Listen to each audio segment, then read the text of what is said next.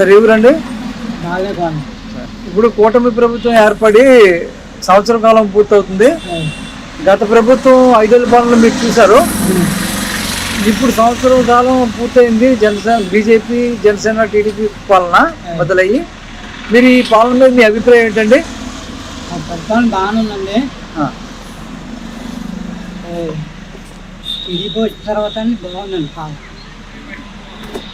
పని చేయడం అండి, ఎమ్మెల్యే గారు కలిసి ఉండడం బాగుందండి.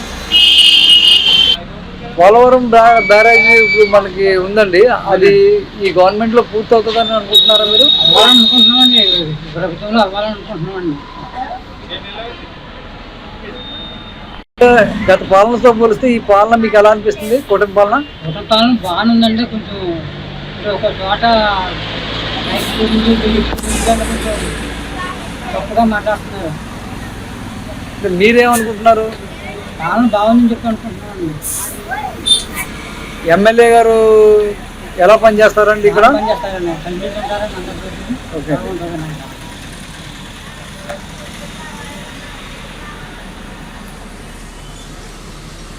ఇప్పుడు పథకాలు పెట్టారండి, 6 పథకాలు పెట్టారు.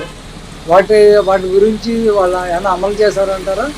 చేశారండి, చేశారండి. అప్పుడే కూడా చేస్తాం అనుకుంటున్నామండి. మన రాష్ట్రానికి గత ప్రభుత్వంలో 3 రాజధానులు అనే నిర్ణయం తీసుకొచ్చారు.